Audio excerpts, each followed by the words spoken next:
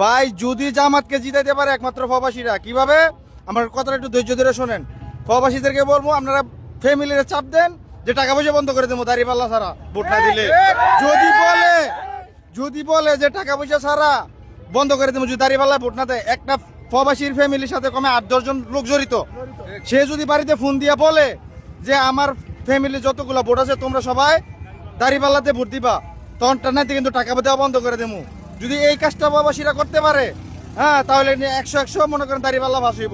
কোনো প্রশাসনও না, কোনো সরকারও জামাতকে ক্ষমতায় আনতে পারবে না একমাত্র প্রবাসীরা ছাড়া। আমার মতে প্রবাসীরা একজন ফ্যামিলি 8-10 জন থাকে, বাইরে বলবো তোর আইফোনের টাকা দিতাম না, তোর হুন্ডারের টাকা দিতাম না, তুই আমার কাছে টাকা চাস, জামাতকে ভোট দিতে হবে।